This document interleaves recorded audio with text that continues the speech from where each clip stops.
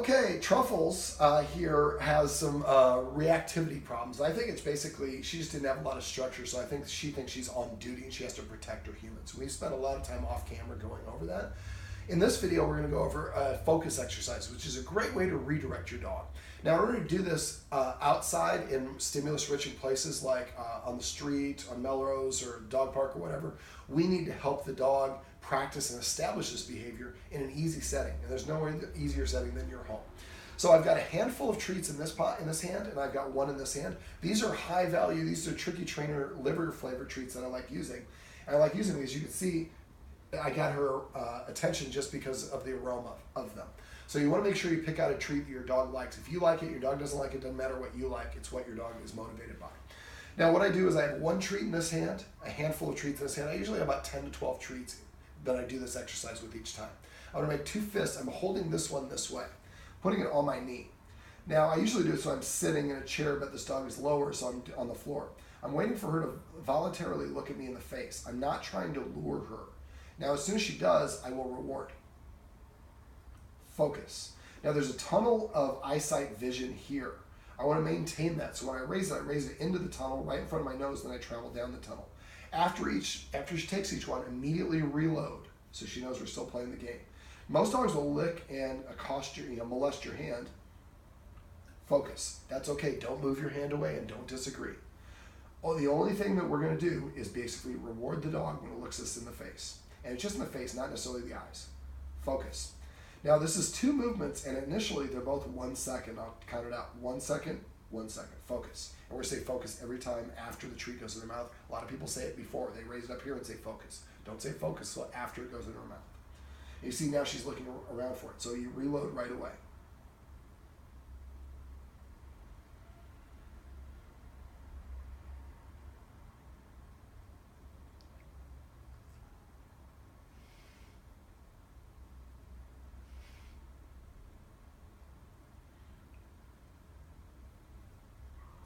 Focus. I cheated there with a little head tilt. You can also blow if your dog's not looking at you, but after you've done this a while, they'll just pretty much just be staring at you the whole time.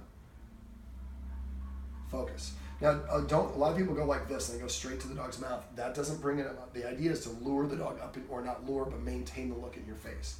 Now, eventually, as you're doing this, I would do all 12 treats, 1 second on each movement. Then eventually, it's 1 second.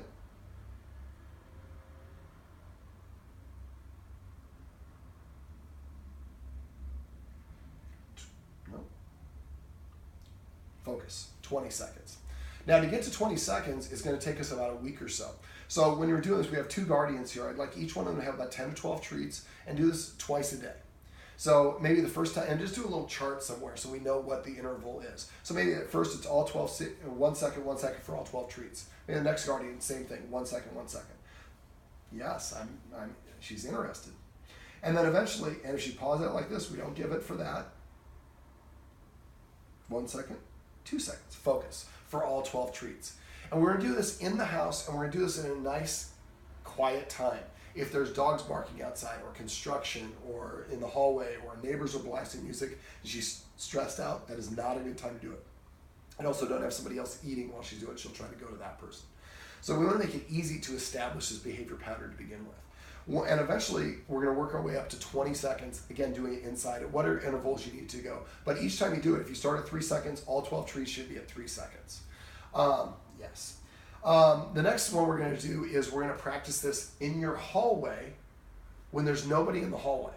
So it's easy, but now you're outside the apartment. Now when you do this, I'm going to go back to the 1 second on each movement to begin with. Now this one you can start moving faster. If you go 1 second, 1 second for 3 or 4, and she's just staring at you. Maybe go 1 second, 2 seconds on like the 5th treat. So you can start jumping a little bit faster once you've gotten to the 20 seconds in the easiest setting possible. Once I've gotten to 20 seconds out in the hallway, I'm going to do 20 seconds on your balcony, or if you're in your new place. The idea is we want to make it progressively slightly more and more challenging, and help the dog practice under those slightly more challenging situations. Once we got to the point where we're 20 seconds outside on our balcony, then we're going to practice right outside the building, or right outside your front door, but with no other dogs or people around. No reason for her to be stressed. It's, again, really easy. We go back to 1 again, 1 second, 1 second, and we work our way up to 20 seconds. Once we do it outside the front of your building, then I start doing it on walks. But when I'm doing it on walks, I want to incorporate motion. So as we're walking down the street and there's no other dogs or distractions, nothing for her to be reactive of, she's walking this side, I'm going to just say focus. She looks up at me. As we're walking, I'm going to hold it up to my nose and I'm going to go like this. And then pop it in her mouth and say focus as we're walking. Now again, I'll go back to 1 second to maintain that gaze. But eventually you get to the point where you're just walking down the street, you say focus, and she will look up at you for 20 seconds walking into stuff because she's focused on you. Hopefully don't lead her into stuff because that will not help.